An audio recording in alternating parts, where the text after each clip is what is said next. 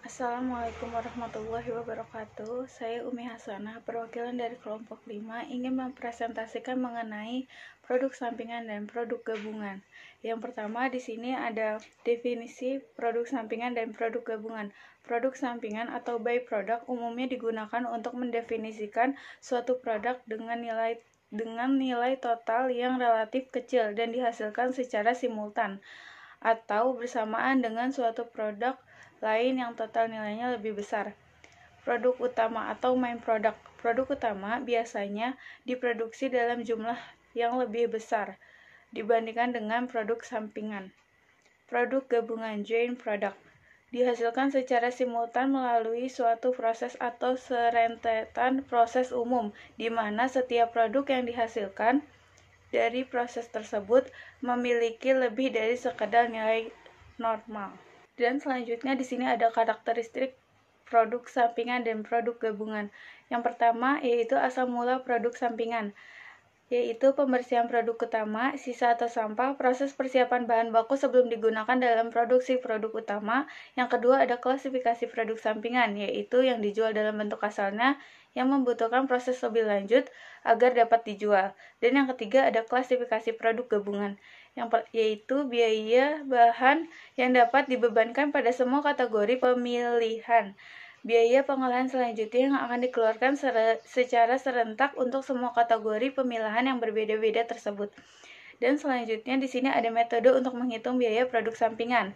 Dibagi menjadi dua, yaitu biaya produksi gabungan tidak dialokasikan ke produk sampingan dan sebagian biaya gabungan dialokasikan ke produk sampingan. Biaya produksi gabungan tidak dialokasikan ke produk sampingan dibagi lagi menjadi dua, yaitu pengakuan pendapatan kotor dan pengakuan pendapatan bersih. Dan sebagian biaya gabungan dialokasikan ke produk sampingan dibagi lagi menjadi dua, yaitu metode biaya penggantian dan metode nilai pasar. Dan selanjutnya di sini ada metode 1, pengakuan pendapatan kotor. Dalam metode 1, pendapatan kotor dari penjualan produk sampingan ditampilkan dalam laporan laba rugi sebagai salah satu kategori ini. Yang pertama ada metode 1A, pendapatan produk sampingan sebagai pendapatan lain-lain. Yang kedua metode 1B, pendapatan produk sampingan sebagai tambahan pendapatan penjualan. Dan yang ketiga ada metode 1C, pendapatan produk sampingan sebagai pengurang harga pokok penjualan.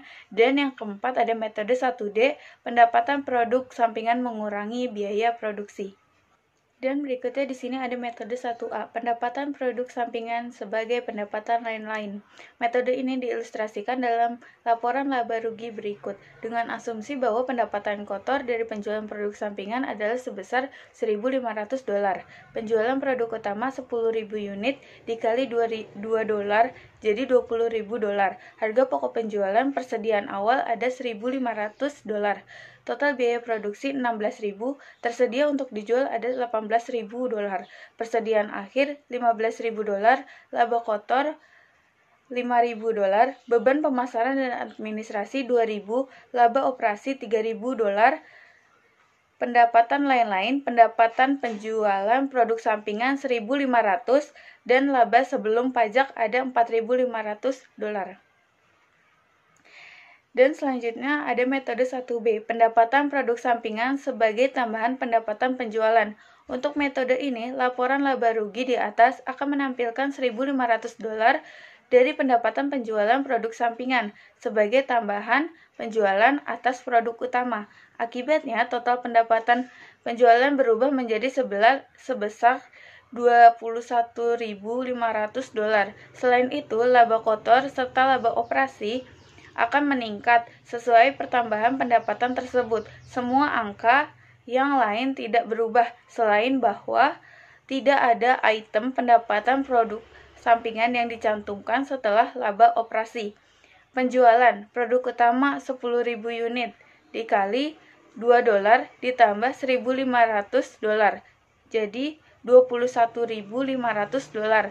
Harga pokok penjualan persediaan awal $1.500, total biaya produksi $16.500, tersedia untuk dijual adalah $18.000, persediaan akhir $15.000, laba kotor $6.500, beban pemasaran dan administrasi $2.000, laba sebelum pajak $4.500. Dan selanjutnya metode 1C, pendapatan produk sampingan sebagai pengurang harga pokok penjualan. Dalam metode ini, $1.500 dari pendapatan penjualan produk sampingan dikurangkan dari $15.000 harga pokok penjualan produk utama, sehingga laba kotor dan laba operasi akan meningkat sebesar $1.500 dibandingkan dengan yang ditampilkan dalam laporan laba rugi di atas. Laba sebelum pajak besarnya tetap $4.500. Penjualan produk utama 10.000 unit dikali 2 jadi $20.000. Harga pokok penjualan persediaan awal $1.500. Total biaya produksi $16.500. Tersedia untuk dijual $18.000, persediaan akhir $3.000, dan harga pokok penjualan $15.000.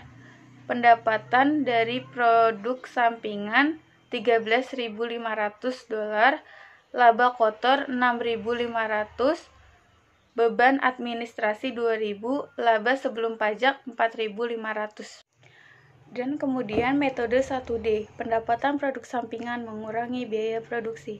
Dalam metode ini, $1.500 dari pendapatan penjualan produk sampingan dikurangkan dari $16.500 total biaya produksi. Sehingga biaya produksi bersih yang ditampilkan dalam laporan laba rugi yang diilustrasikan berikut menjadi $15.000.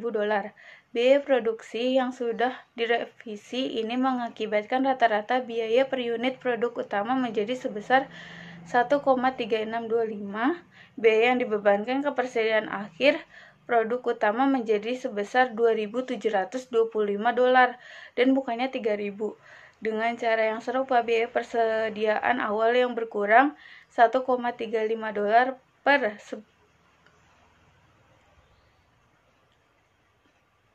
per unit seperti yang diilustrasikan dalam laporan laba rugi berikut. Karena pendapatan dari penjualan produk sampingan di periode sebelumnya dikreditkan ke biaya produksi utama di periode yang sama. Sebaliknya, dari ketiga metode yang dijelaskan sebelumnya di atas, tidak ada satupun yang mempengaruhi biaya per unit yang dilaporkan untuk produk utama. Ini merupakan perbedaan penting dalam perhitungan biaya produk. Meskipun pada umumnya, dampak dari metode ini dalam nilai dolar relatif kecil, laba rugi akan terlihat sebagai berikut.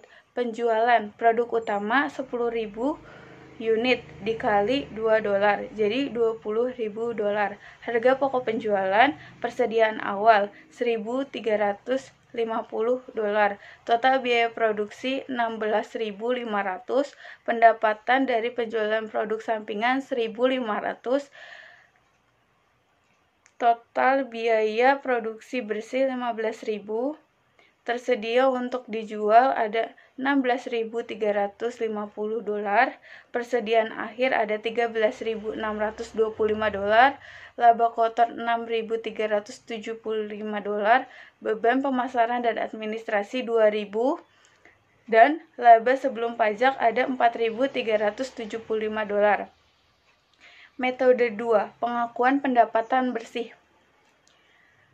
Mengakui adanya kebutuhan untuk membebankan biaya yang dapat ditelusuri ke produk sampingan, tetapi tidak berusaha mengalokasikan biaya produksi gabungan ke produk sampingan. Biaya yang terjadi setelah titik pisah batas dicatat dalam akun yang terpisah dari produk utama. Dan selanjutnya ada metode 3, metode biaya penggantian. Metode biaya penggantian atau replacement cost method. Biaya digunakan oleh perusahaan-perusahaan yang produk sampingannya digunakan oleh perusahaan itu sendiri. Adanya produk sampingan menghilangkan kebutuhan untuk membeli bahan baku yang serupa dari pemasok. Biaya produksi dari produk utama dikreditkan dan debitnya diposting ke departemen yang menggunakan produk sampingan tersebut. Jumlah yang diposting oleh ayat jurnal tersebut merupakan biaya pembelian atau biaya penggantian. Dan selanjutnya di sini ada metode 4, metode harga pasar pembatalan biaya. Metode ini mengurangi biaya produksi dari produk utama, bukan dengan pendapatan aktual yang diterima, melainkan dengan estimasi nilai produk sampingan pada saat dijual. Akun produk sampingan dibebankan dengan nilai estimasi ini, dan biaya produksi dari produk utama dikredit. Dan selanjutnya tambahan biaya bahan baku, tenaga kerja atau overhead pabrik yang terjadi setelah titik pisah batas dibebankan ke produk sampingan. Dan selanjutnya di sini ada biaya gabungan.